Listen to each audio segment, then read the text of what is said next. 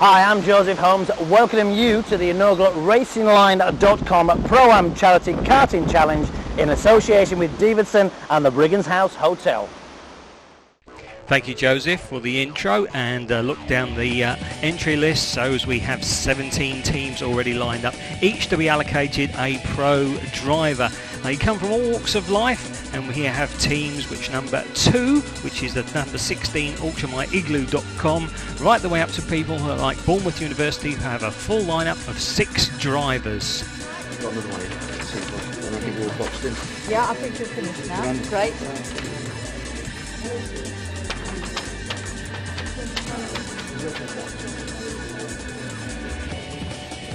Great, there you are. That's your pack, wristband, party ticket, most important.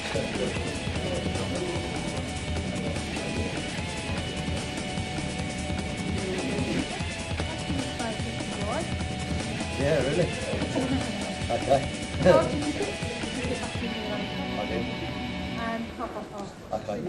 Very well.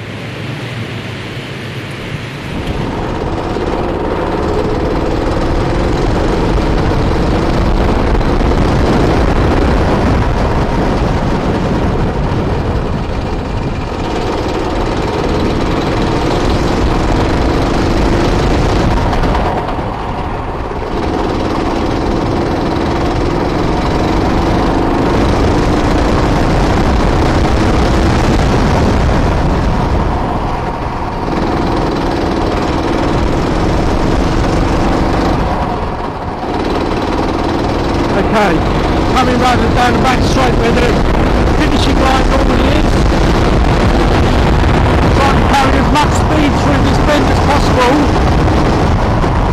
On cold tyres at the moment, so I can't go too fast. I have to watch out for this hairpin with a damp patch right on the apex. It can catch you out, and the bump there. This hairpin is fairly straightforward.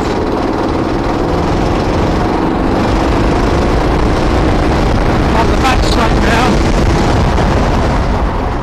Difficult to figure out how to get the line through here. I've been watching other people come through there and they all come different lines. So it's hard to know which is best.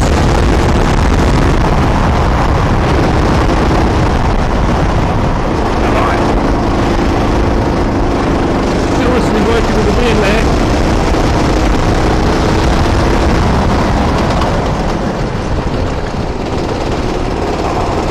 And that bump, there it goes.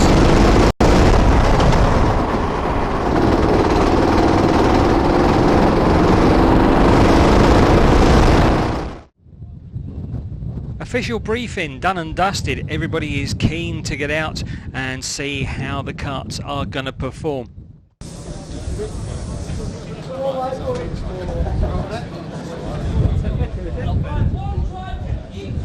Can I talk to you just for Yes, one you second? can, yes. What's your name? Kevin Glynn. Kevin Glynn. Kevin Glynn. All right. I mean, how often do you race, Kevin?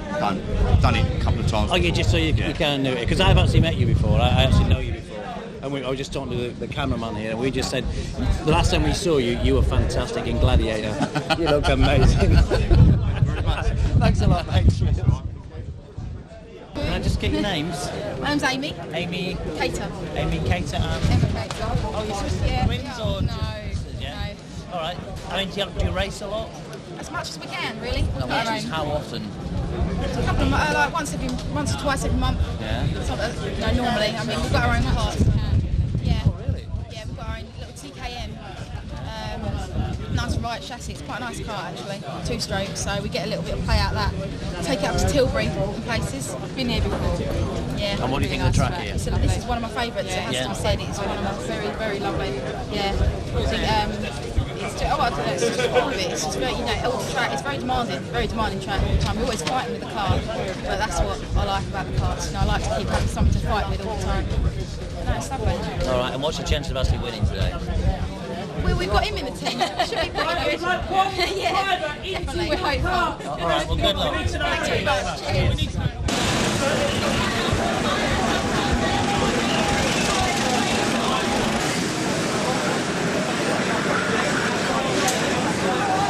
Could you give us a quick spin? Turn around, it's the helmet. Oh, that's lovely. Where'd you get that from? It's just an off-the-shelf one from a motorcycle shop. Yeah? Yeah, it's not custom made for me or anything. It's lovely, isn't it? It's a nice lid. Official driver's briefing has been done. Everybody's getting familiar with their new mounts, their new karts, all from Davidson's. They are all exactly the same, powered by 350cc Honda 4-stroke engines, so it should be very equal. The pros have been out and shown us what they can do in a half-hour session. Now it's a half-hour session for the drivers with little, no, or quite a lot of experience for some of the drivers. Noel? Yeah, I think the term amateur we have to take with a pinch of salt here. There are drivers ranging from the first time in the kart all the way up to a former Palmer Audi champion who's now given up racing as a professional driver, so qualifies as an amateur, Martin. This is going to be very interesting with the varied skills that we've got out there, so it's a case of we'll get it going and see where it goes to. I think he's going to go back in the race. Oh, maybe not. What went wrong? Yeah? Is there something wrong with the cart there? Yeah, every time you come out of the corners, there's no power whatsoever. I put my foot flat to the floor and there's just nothing at all. I was jumping up and down at some point to try and get faster, just no speed. Someone's just taken it out to see if they could test it for me, and then they're going to bring it back in, and then I'll go back out again, and they're going to tell me what's going on. So, Edward, how did that feel? Yeah, that was good. That was good. It was hard work out there, but it was good. I really enjoyed that. You got a lot of sort of water spots. Yeah, every lap it's different because people go off on different places, and you just have to watch your head, and sometimes you get caught, sometimes you don't. No, it's good. So, what's your prediction on the big race? Yeah, it's going to be tough because they're hard work. And not many people are used to karts, so it's going to be tough out there. I think it's going to be a good race. Okay, all the best. Thanks for Thank your you time, very Edward. Getting ready for the start of the race, and this is where it all counts. The Union flag held up, dropped, and away from the start straight away as they come around to the first corner. It's the pole sitters, Lakeside Karting B, already off and into the early lead, followed through by the number 8's kart of Lakeside Karting A. So we could have a tag team match on our hands here, Noel. Well, that would be interesting to see. Of course, the Lakeside B boys are all hardcore karters. They are some of those amateurs we mentioned earlier, but we should really use inverted commas around. Not really the amateur status. They're out there every day, almost every day of the week, aren't they? So they are sort of like semi-pro. Semi-pro, yes, but not quite fully pro. For the purpose of this event, we've classed pro drivers as someone who's done a bit of cars to at least a national level. Formula Ford, Formula First, Formula Renault, something like that. And I must state that it is all amateurs in the karts now. Pros were not allowed to take the start. So basically it's the team members, the paying public as they were, who are out there doing the deal. And it is Lakeside Karting, the B team, that is in the lead and streaking away at an early stage. Doing a bit of a Schumacher on us. Well, yeah, it's rather disconcerting when you bear in mind these karts are all identical. They all have the same engines. There's no gearboxes, obviously, because they're go-karts. And there's just... yeah, they're just pulling away there. That is driver's skill, Martin. That is purely and utterly skill. Yeah, this is where the planning's going to come into it, or the lack of planning from certain teams, as to who they put in the kart for their early stints, their mid stints, and certainly the late stints when it is going to get dark. Believe you me, because this race runs on for 4 hours. The weather has been horrendous leading up to this. We've survived the gales during the night. We've cleared the track of debris, trees, and other bits and pieces that have flown into the Rye House track, and now we've got a clear track. And we are Lakeside Karting absolutely flying away, so they've put one of their quick drivers into the seat straight away to open up an advantage and hopefully get some of the other people to try and follow and make lots of mistakes. Well, that's the point. You've got to really go for it. It may be a 4-hour race. It's not one on the first corner, but it could very well be one in the first stint. Take something like other famous endurance events, and you'll get the tortoise and the hare situation, but more often than not, provided the hare lasts, the hare wins, Martin. so we're not going to talk about your experiences at Le Mans 24 Hours because it becomes terribly boring. Let's fill you in with another couple of details.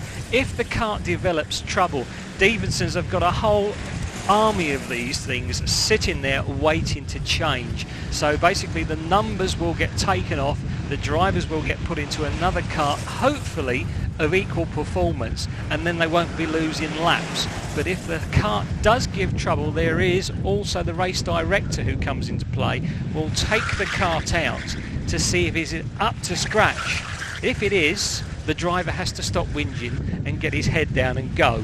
Most definitely. We saw a lot of whinging during the pros when they were basically shaking the karts down and drying the wet bits of the track off for us earlier this morning.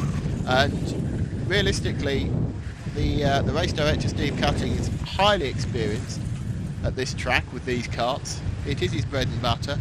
If he says a kart's good, a kart is good. If a kart isn't good when he takes it out, he has the power to actually credit laps. But it's a number of laps he thinks the team's lost, not necessarily laps they think they've lost. Yeah, and that's open to conjecture as well along the way. But Lakeside Karting are absolutely flying off with this one, using all the track, as you can see, up onto the rumble strips, and we'll be into the scenery very, very soon. Those curbs are very, very high, considering you are in a go-kart with an inch or so's clearance. Those curbs can be up to 2 inches high, and you really do feel it going around there, I can tell you. And they've got to be used afterwards. It's a corporate event after us, so they better take care of them.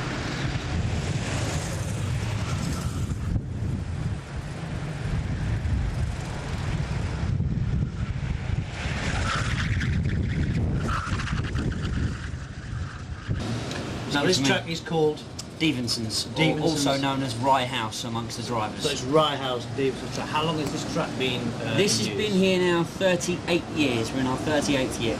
It was the biggest circuit in the country come 38 years ago when it first came, and I think we were one of the top 5 circuits to actually introduce it to a corporate level. And I noticed that you're talking about, you just said to a couple of your guys they've been going for an hour and a half or whatever they've been going for. Is it a time thing or is it how many laps? This is done, this race here at the moment is a 4-hour race, so at the end of the 4 hours, the team that completed the most amount of laps are your overall winners. It's not a heats and final thing, it's just a straightforward endurance. And that's most of the way they do it, over time, at the end of the 4 hours end off? Yeah, generally, you do get some heats run now and again, but this, the endurance is a more popular way of doing it, because it's you get a lot more driving out of it than you would do just doing maybe 4 races of 4 or 5 laps. So. Going back at laps, I mean, do you have a lap record here? Is that to keep that kind of thing? We host down here about 7 or 8 different types of karts and different types of tracks, so it's really difficult to get a lap record. I know the fastest lap time in these particular karts on this track was 37.62. And could you beat that? That's mine.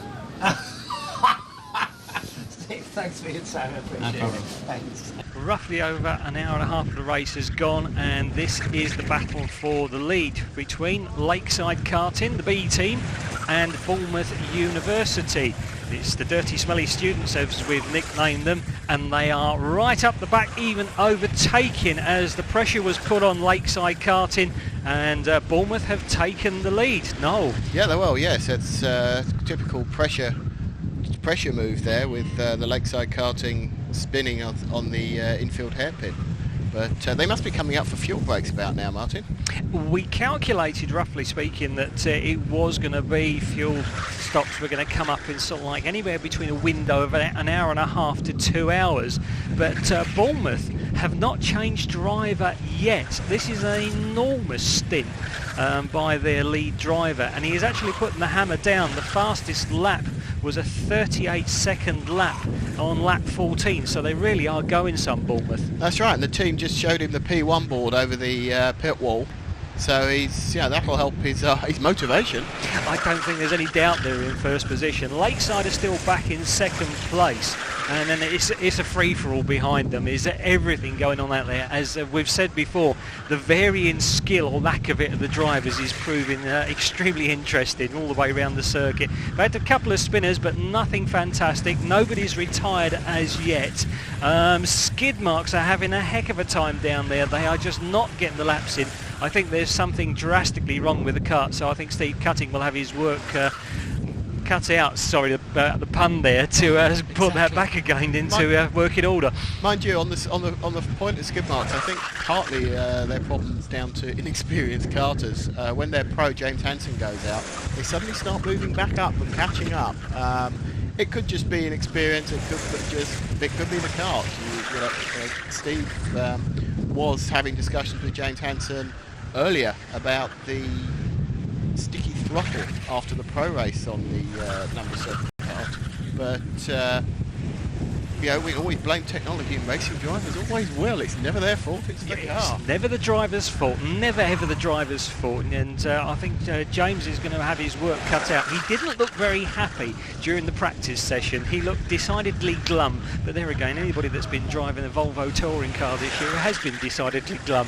But we won't go into that situation, as Bournemouth are stretching their lead out, hand over fist, even in amongst the back markers now. So the pattern of the race, I would say it's starting to develop, but it seems like a two-horse race straight away. It does seem like a two-horse race straight away, and it looks like we're getting some water down. Looks like it is actually starting to rain now. Now this has been threatened. We've had a weather forecast and everything from a short, sharp shower now and again to full-blown Armageddon. Yeah, it looks as though it's starting to blow in. Fingers crossed that it's not going to develop into anything. But again, this is going to be a no tyre change situation. They are going to be on slicks, and this is where the track craft is going to come in from some of the guys, because evidently the racing line is horribly slippery, but off the racing line it's lovely and grippy. So people are going to find out about this very quickly if, he says, it does rain. At the present moment in time, as we watch Bournemouth streak down to complete another lap. Look, everything tucked in as they come down to this big corner, huge corner that is, and then out through what I call the twiddly bits around the back, where it is extremely blowy. Officially, that corner is called the Pylon S's.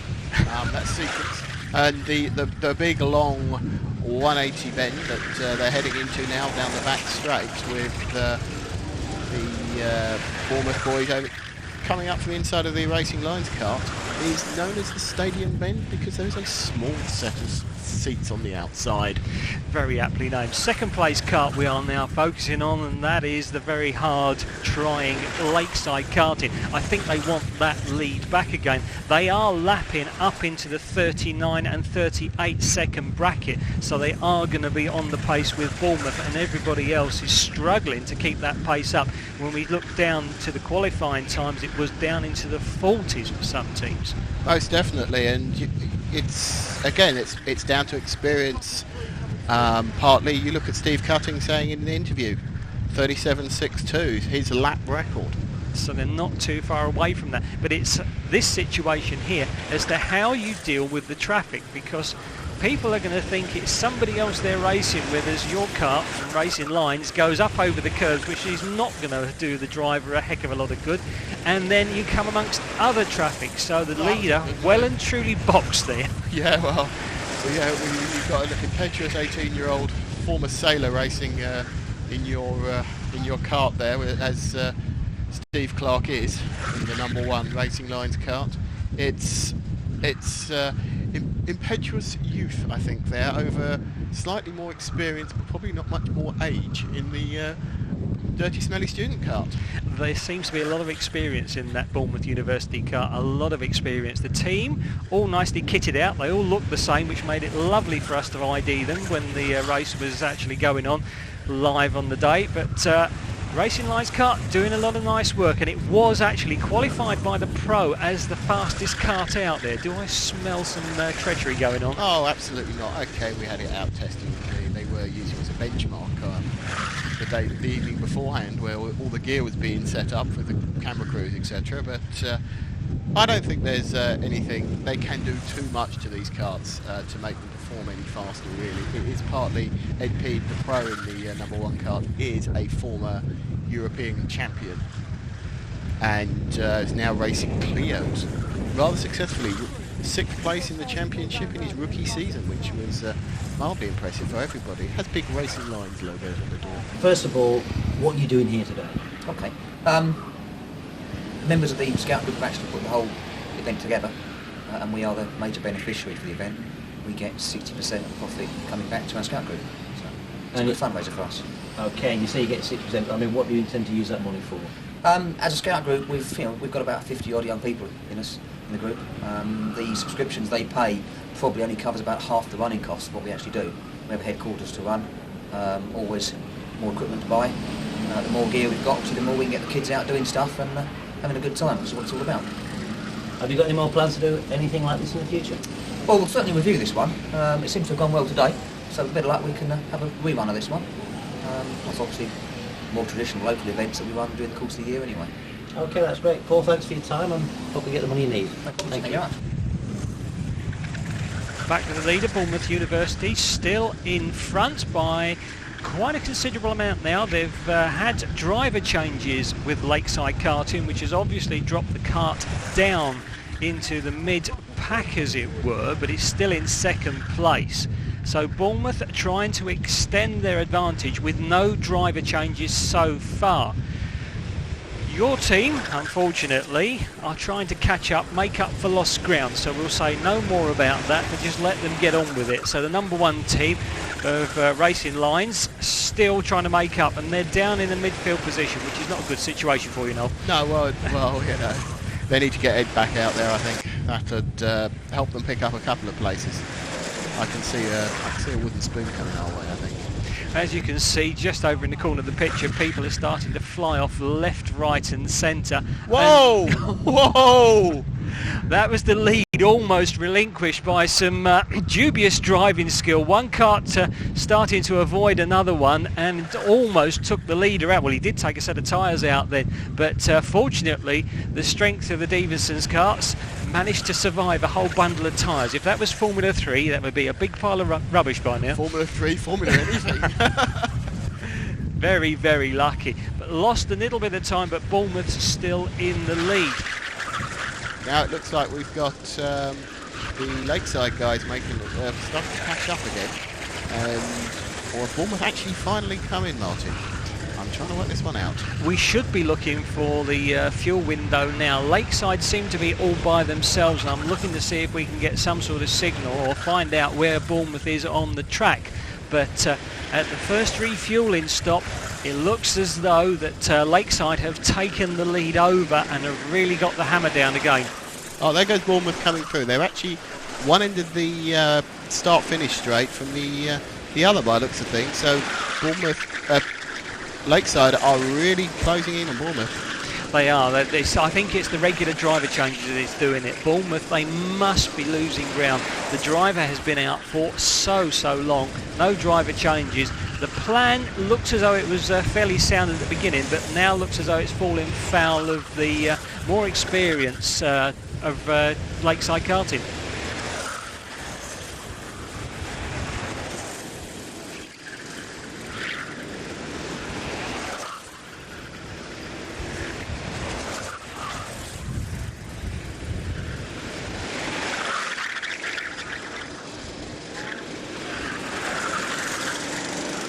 Top of the third hour, you can see the sun is starting to set, and the weather conditions have brightened up. We've had no rain, but we've had a change in the lead. It is now back up the front. It is Lakeside Karting in the number 9 machine, but we've got some interesting stuff going on further down the field here, as you can see with the number 3 car. Pumping and boring there. This isn't NASCAR, boys. Rubbing isn't racing. That's Eden's Flyers out there having a real good battle with PDQ wannabes, and I think that looks like the bike racers. Actually, that was Crash.net. Was it? Very aptly named. Yeah, it's the number 14 car. It looks like a number 4, but if you actually look closely, there's a 1 in front of the 4. I'm looking at the numbers on the back of the car. That's what I'm looking at as well. There's a black 1 in front of the 4 there. Either way, whoever it is out there, if that's Kirkham out there as well, the bike racer, that Paul Young, who is with the... Oh, I felt that. Osteopath on call, I think, is going to be the order of the day on that one. They're absolutely flat out neck and neck on this. It really is good fun. Avoiding that big puddle on the side there as well, Noel. Absolutely. You never get those slick tyres in there. They'll be running this long. Those tyres will be nice and warm. Yeah, and this is what we like to see. It's all nicely bunched up. Is this going to be another nerfing session up the back end? There's going to be tears. There's going to be... Whoa! Somebody's disappeared off, and I think that was a number... Is that the number 2 car?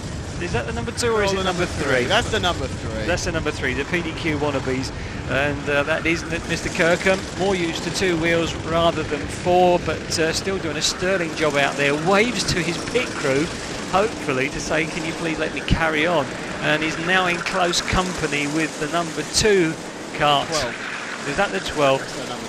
Yes, sorry, number 12 card out there, and that's the Courtyard Kitchens, who are having a wonderful time out there. They said they were thoroughly enjoying their racing because they were first timers, kart virgins. Absolute bunch of rookies. They even, rumour has it, were down a couple of days beforehand, paying for lessons. So they're not complete rookies, but they may as well be when it comes to racing conditions. Like I say, they've got a lot more experienced people out there, but Courtyard Kitchen's really doing the business out there as well. As we still focus down on the PDQ wannabe kart, the number 3 kart, and we think that is, as we can only tell through helmet colours rather than the Deverson's overalls, which seem to be one size fits all. That's John Kirkham out there, put in some good work in and trying to make up for lost ground as he came under pressure from, I think, everybody. Absolutely, he sized his way through where necessary though, and actually kept it going, which more power to his elbow, coming very sideways through that, coming out of the stadium bend there. But that's the way you have to drive a car. Yeah, these things, although they're glued to the floor, they do move around a bit, and you've got to have the confidence to slide these things around. I know that once you get into a larger machine, say like a saloon car, it does feel that the thing's going to tip over everything, the whole world is moving around. But on a kart, this is why everybody wants to learn on karts. They are so easy to drive, allegedly. Allegedly, well, and then easy's being a term of very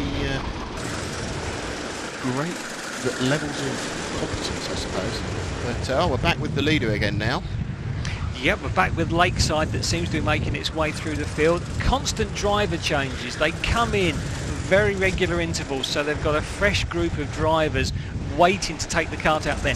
And it is getting very, very hectic out there. As you can see, the leader is having a heck of a time trying to literally barge his way through the back markers. And if you get held up, as in that situation, the guy that you've just overtaken comes and sticks it right back on the inside of you. Absolutely, and it looks like that looks to me like Mr. Young in the number 2 kart there, Mr. Paul Young. It is. It's the Superstock rider out there, Paul Young, who moved to Superbikes this year, had a mediocre season by Paul's standard, little Aussie, but his line, we noticed, is a bike racing line, which is coming very, very late onto the corners. Big, wide sweeps, as if he's riding on 2 wheels, and it completely messes everybody else up. Absolutely. At least he's not going the full bike line and trying to cut the curb with the middle, cut the apex with the middle of the curb. That's not very healthy, especially not down on this stuff. I mean, because it is still very, very wet out there. There's a couple of puddles that are by the side of the track, but there's some even bigger ones in the middle of it. And I think 1 or 2 people have found out what they're like. Arms going up, which means that they are going to be calling in for their pit stops as they come around the grandstand or the stadium section, I think you call it, Noel, and then straight into the pits for the leader for yet another driver change. Absolutely. Now we're going to pick up the... Oh, who's that? That's the... Director's Cup for us. That's the Auction My Igloo. That's Ian Norman. They are back on track now. This is the 2 drivers only, plus the pro. They were going super in the beginning, but then as soon as the pro got in, Phil Bennett, unfortunately, it's not a Proton, it went completely pear-shaped. The thing had no speed. It kept being brought in and out, and the race director even went out in it again to find out whether it had the speed. They changed the karts, I think, about 3 times. Ian Norman is back in. They've been credited laps because they were at one stage up to 3rd place. Absolutely. Well, that's primarily Ian's teammate Joe Flynn. There's another one that stayed out all the way to the first set of fuel stops, which was an hour and 30 minutes plus into the race. And I can tell you, an hour in one of these go-karts reversed. How they do an hour and 30 minutes is anybody's guess. Well, I did notice that Ian Norman actually had his own sort of like foam fitting seat, so he's used to this. The guys come and do this endurance kart racing as regular as clockwork, so they do know what they're doing, despite the fact we've just seen Ian riding up and down the curbs like he's going out of fashion, trying to make up for lost time. Absolutely. So we're now we'll stay with Ian Norman for a moment, because the Yorkshire My Igloos are rather a strange organisation. They're online estate agents. That's not a word that we usually associate quite happily with racing. Estate agents, you usually come into the line as solicitors and other people like that, but they are. It's the how can I put it? Technology moving on. Whereas you went into a shop, now you go to your computer and they can sell you anything you like online, including houses. I don't like the sound of that. Or entry to the next Pro-Am go-kart challenge. Well, actually, at charitykarting.org. I must mention that, mustn't I, really? I think it'd be remiss of me not to. No, the dates will be in whoa, at the end. Whoa, we've got a spinner. We've got a spinner here. That's down on that hairpin corner, and it looks as though he's trying to get back onto the track. Makes it there nicely. Whoa! Another one in. Carnage. I see Ian Norman being picked up in there.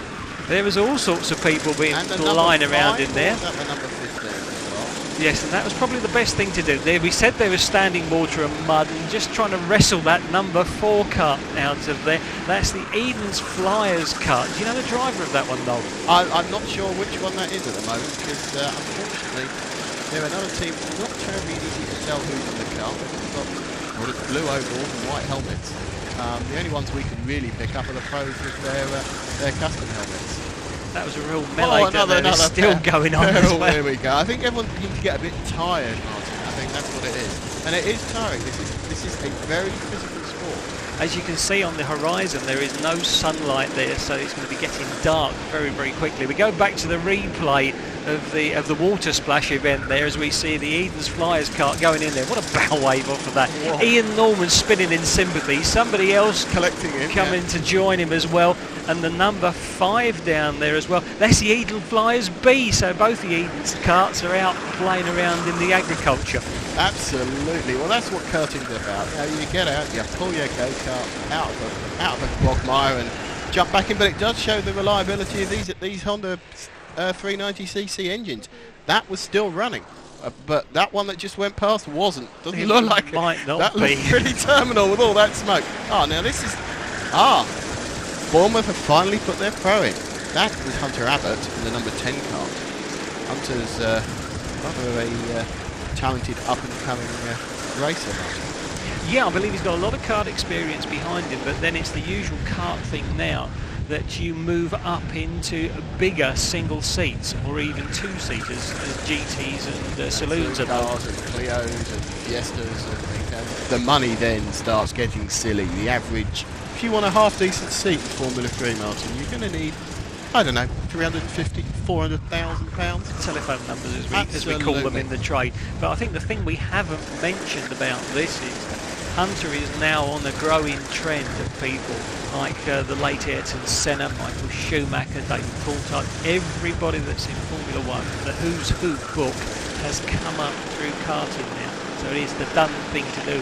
People are picking up drivers younger and younger to put them on their training program. Absolutely. There was, even to the stage where I think Red Bull just sponsored a driver scholarship in the States to bring us an American Formula 1 driver. An entrance of which was at the race earlier on. Pat Long, sorry. But unfortunately, only stayed for the pro race because he had an appointment Sunday. Must be talking to a sponsor. It's got to be. It's the only thing you do on a sponsor. It's the only thing you do on a Sunday that takes you away from a kart race. And like you say, Hunter out in the Bournemouth Uni kart. They're hoping to pull back ground now. This was their ploy. Get their, I was going to say their rookies or their amateur drivers, which they're not, out first. Try and pull out a big lead and then put the pro in to try and extend that. Now they're playing catch up. And here's Hunter. I started karting in '95. So my first race and first test was actually at Rye House here. Since then I raced for the first year here and then went off and did bigger and better things. So I've been going onward and upward since then. Well, I mean, you had nothing bigger and better things. When does that come on there? In '96 I went to the British Championships. '98 I did European. And this in karting. Then '99 I went to race cars and did Formula Ford, Formula First, a bit of Formula Renault and a bit of Formula Ford as well. So what makes you think it's a kind of passion? Karting will always be a passion. There's nothing else like it really. For the amount of money you spend, you get so much more track time, and it's enjoyable to do it, whereas car racing gets a bit serious sometimes. Yeah. I mean, what do you see as your sort of goal, your future? My future? I think I'm probably going to go towards saloon cars. Hopefully, we're working at the moment to get the budget together to do Clio's next year, racing the Clio Cup, and then the year after, probably the same thing. The year after that, British touring cars, then hopefully European touring cars, and then off to DTM over in Germany. Okay, Hunter's interview completed, back onto the track, and he's still ploughing on for the Bournemouth University team, who seem to be absolutely entrenched in second place. They don't seem to be making any ground up whatsoever. As you can see, darkness falls very, very quickly, and it was a race to the finish. The talking point was, it was friends of Sam Hancock, Eden's Flyers and Team Motivation were having an absolute ding-dong within about 15 seconds for third place, and it was right down to the end of it as our race director Steve looks amongst the gloom for the leader and trying to find out, get the right kart for the starters. But the battle for third place was absolutely raging right the way down to the flag, and that went to Sam Hancock, who was thoroughly pleased about that, and Noel was down into the pits talking to him about his rostrum position, as he'll find out more about that later on.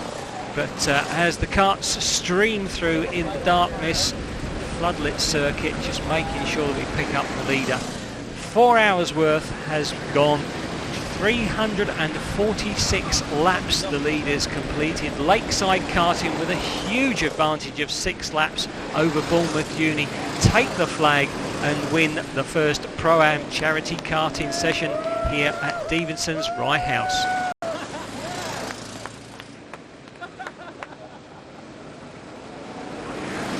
Okay, so tell me, Noel, what's the main thing about today? Well, it's all about raising money, having fun, meeting a few, maybe some of the stars, and raising money for charity. That's what it's all about. Everybody's working flat out here, and we're just all having fun doing it. It's what it's all about. It's fun. You say for charity. What charity is that? Well, the main beneficiary is the First Stan Stabbers and St Margaret's Scout Group to help rebuild their hut, which is in dire need. And then the winning charities nominated by both the winning team and the winning professional on that team will receive at least £500 each. And is this the sort of thing you do all the time then? No, I'm actually a motorsport journalist, so that's how I know all the pros. But this is something we've already been asked to organise another one, so you never know. The other thing, we must say is thank all the pros who've given up their day. Some of them I know got up at 6 o'clock or earlier this morning, so it wasn't just me. And they've all given up their time. It's all for good cause, and everybody has just been so good. The track, the hotel, TV crews, the commentator Martin, etc. Everybody's worked very hard, and nobody's getting paid, and it just shows what the right event, and you can raise money. We're going to raise several £1,000s. We won't know until later on this evening, or possibly even until tomorrow. But it's important that everybody understands that they have my personal gratitude and the gratitude from all the people that are going to benefit directly from the money.